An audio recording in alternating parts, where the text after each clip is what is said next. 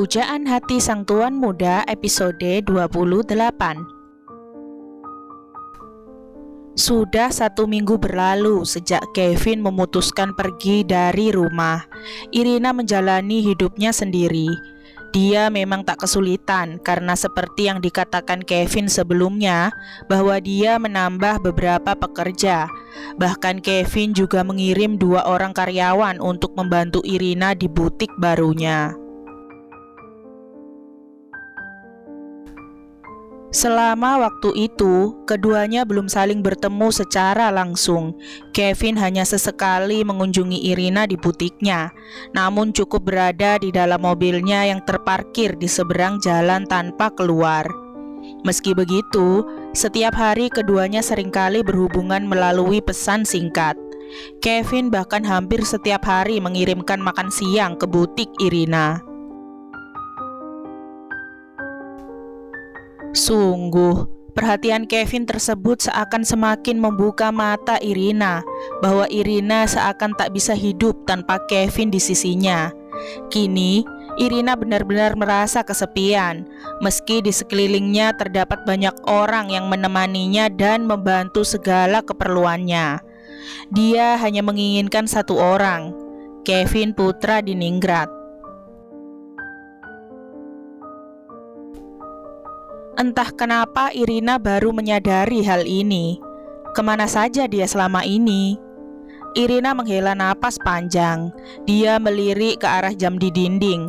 Waktu sudah menunjukkan pukul 1 siang. Harusnya ini masih jam makan siang di kantor Kevin. Apa dia datang saja ke tempat pria itu? Irina mengusap lembut perutnya. "Kalau kita datang, apa papamu akan senang?" tanyanya pada bayinya. Kemudian Irina tersenyum. Pada akhirnya, dia memutuskan untuk bangkit dan menuju ke tempat Kevin. Irina sudah sangat merindukan Kevin. Minimal dia ingin bertemu dengan pria itu, lalu saling bertegur sapa sebentar. Tak masalah kan? Irina memutuskan untuk berhenti lebih dulu di sebuah kafe yang jaraknya hanya beberapa meter dari gedung perkantoran milik Kevin. Rencananya, dia akan membelikan kopi untuk suaminya itu. Kemudian nanti mungkin mereka bisa makan siang bersama di luar maupun di dalam kantor Kevin. Namun, saat akan keluar dari mobilnya, Irina melihat bayangan sepasang pria dan wanita yang berada di dalam kafe tersebut. Sangat jelas karena mereka duduk tepat di sebelah jendela kaca transparan yang bisa memperlihatkan apa yang mereka lakukan.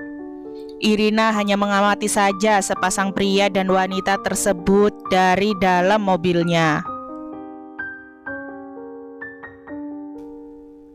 Terlihat bahwa keduanya bercakap-cakap dengan serius. Lalu si pria mulai meraih telapak tangan perempuan itu, menggenggamnya sembari mengatakan sesuatu. Air mata Irina jatuh begitu saja. Dia merasakan sesuatu yang retak di dalam dadanya. Ada yang patah di dalam sana hingga rasanya sakit dan sesak. Membuat Irina dengan spontan mengusap dadanya sendiri. Rasanya seperti beberapa bulan yang lalu, ketika Irina melihat Max dan Velia saling bercumbu di bawah guyuran hujan, yang pada saat itu membuatnya sadar jika dia sudah benar-benar kehilangan Max, bahwa Max rupanya sudah jatuh cinta dengan perempuan lain. Kini, seakan kejadian itu terulang lagi, namun dengan pria yang berbeda, meski statusnya sama, yaitu sebagai suaminya. Ya, itu adalah Kevin yang kini sedang menggenggam telapak tangan Maharani. Seakan pria itu sedang menyatakan sesuatu dengan sungguh-sungguh.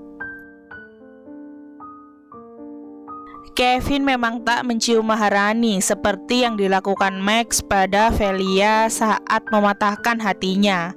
Namun rasanya pria itu melakukan hal yang sama, mematahkan hati Irina dengan cara lain. Patah hati? Tunggu dulu, kenapa dia patah hati?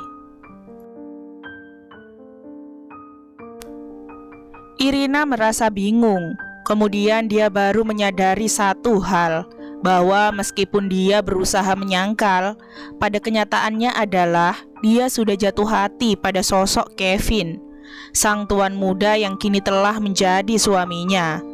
Astaga, bagaimana bisa ini terjadi sekarang, saat Irina benar-benar memutuskan untuk melepaskan pria itu?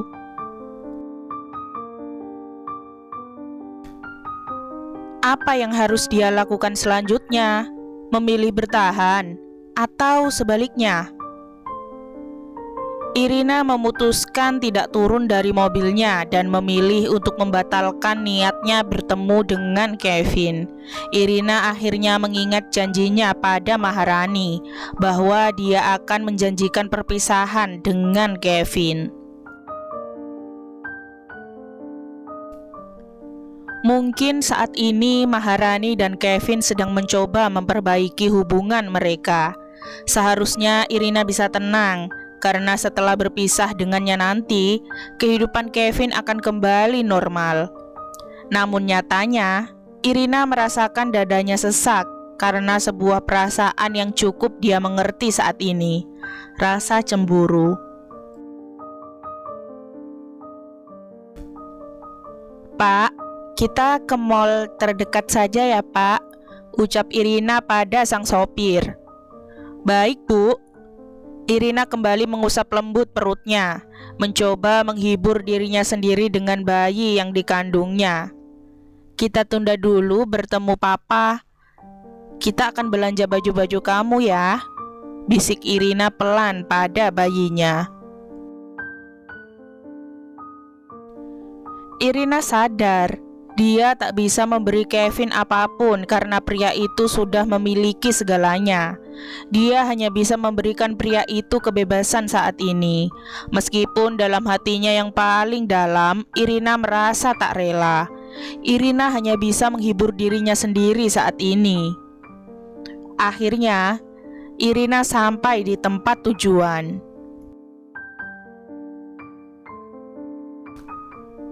Tak lupa, dia berpesan dengan Pak Sopir untuk meninggalkannya saja, karena dia mungkin akan lama. Dia akan menelepon jika akan pulang. Pak Sopir pun mengiyakan. Irina akhirnya masuk ke dalam pusat perbelanjaan tersebut, kemudian mencari toko perlengkapan bayi. Dia berencana untuk berbelanja kebutuhan bayinya lagi untuk memperbaiki suasana hatinya. Dan ketika Irina tengah sibuk berbelanja, pandangannya jatuh pada sepasang pria dan wanita yang juga tampak tengah berbelanja untuk kebutuhan bayi mereka. Itu adalah Max, mantan suaminya, dengan Velia, perempuan yang saat ini menjadi istri Max. Irina sempat terpaku melihat pemandangan itu, apalagi keduanya tampak begitu mesra.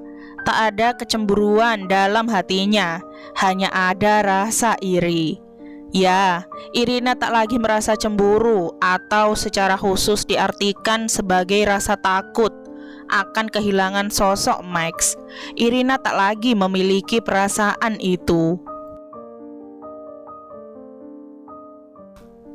Irina hanya merasa iri kepada Velia karena dia tidak bisa mendapatkan kebahagiaan yang sama dengan Kevin seperti yang didapatkan oleh Velia dengan Max. Irina menghela napas panjang, kemudian dia bersiap pergi dari sana. Dia tak mau berada di sana sendirian dan tampak menyedihkan.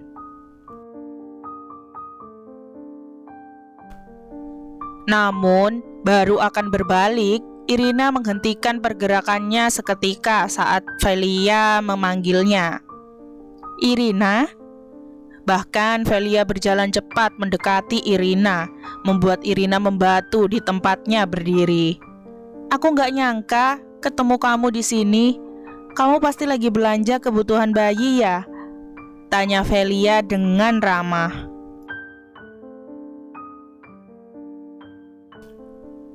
Irina tak menjawab. Dia bahkan tak mengangkat wajahnya untuk sekedar menatap Velia. Irina kini merasa malu. Dulu, dia bisa mengangkat wajahnya dengan arogan, bahkan melayangkan tamparan pada Velia ketika dirinya masih menjadi Nyonya Romanov. Kini, saat Irina terpuruk dan merasa sendiri, sang Nyonya Romanov yang baru malah datang menyapanya dengan ramah. Seolah-olah tak pernah ada masalah apapun di antara mereka. Maaf, aku sibuk. Irina mencoba untuk pergi, namun nyatanya Velia kembali menghentikannya. Hei, kupikir kita bisa minum coklat hangat bersama.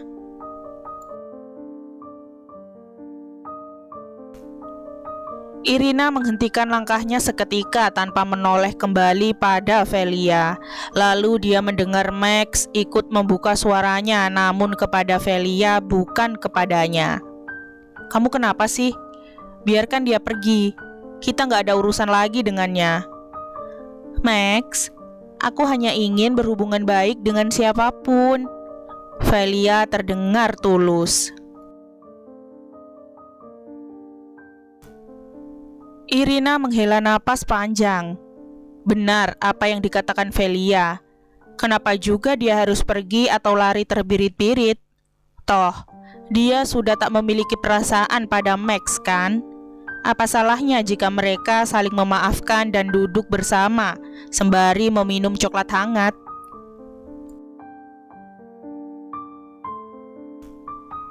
Irina membalikkan tubuhnya menatap Velia seketika. Benar, kita bisa minum coklat hangat bersama. Velia tampak tersenyum senang dengan pernyataan Irina tersebut. Bersambung, nantikan episode 29-nya ya. Jangan lupa like, komen, share, subscribe, dan nyalain loncengnya agar gak ketinggalan upload cerita-cerita selanjutnya. Bye-bye.